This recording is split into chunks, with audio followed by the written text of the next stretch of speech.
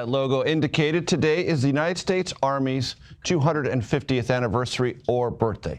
Festival and parade here in Washington, D.C. Events have been taking place all day. The parade is about to start.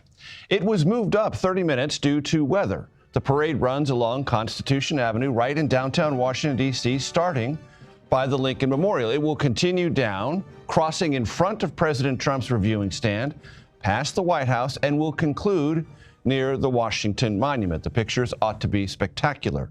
Army officials say the event includes about 6,600 soldiers, 150 vehicles, and more than 50 aircraft. Those aircraft will be on display and flyovers, weather permitting. Now, the United States Army, you might know, is older than the nation it defends. The military branch was founded June 14th, 1775.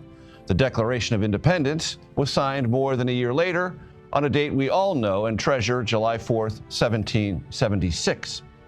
Today's celebration also, coincidentally, falls on President Trump's 79th birthday.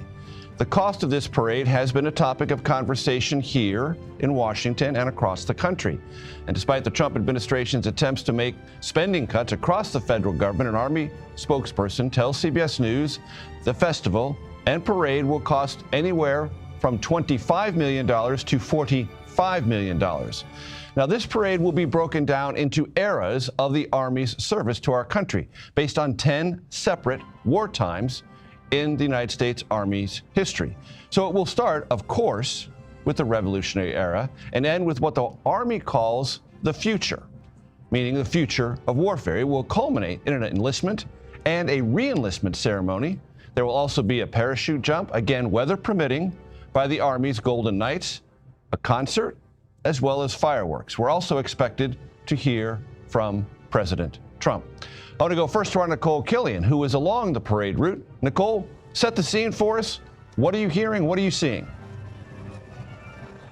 Well, Major, as you mentioned, we are celebrating many things here today in terms of the president's birthday, in terms of Flag Day, in terms of the Army's 250th anniversary. And that's really where the spotlight will be in terms of this parade that we will witness, which, as you mentioned, is starting a little early due to weather. And the parade we will see here will really tell a story about the history of the Army from its inception on June 14th, 1775.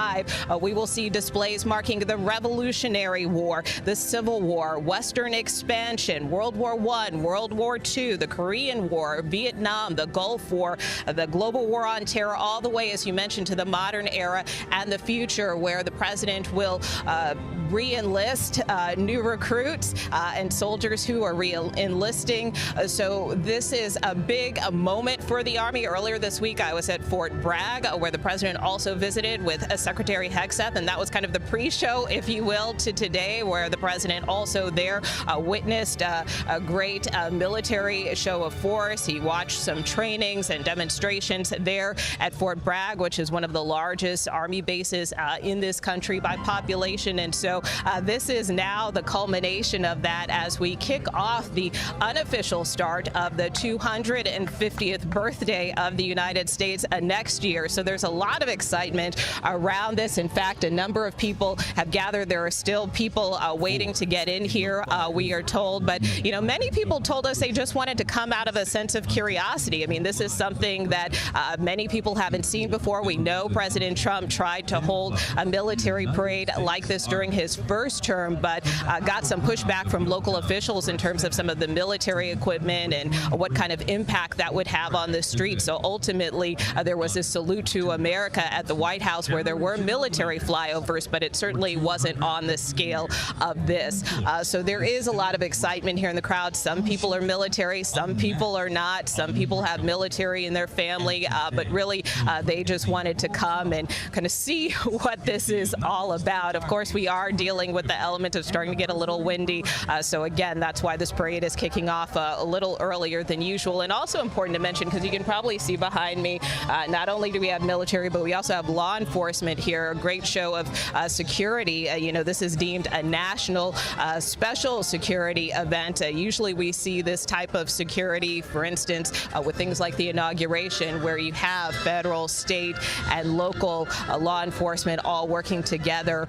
This is a designation by the Department of Homeland Security, so a lot of security to get into this event, especially in light of some of the protests that are happening around the country.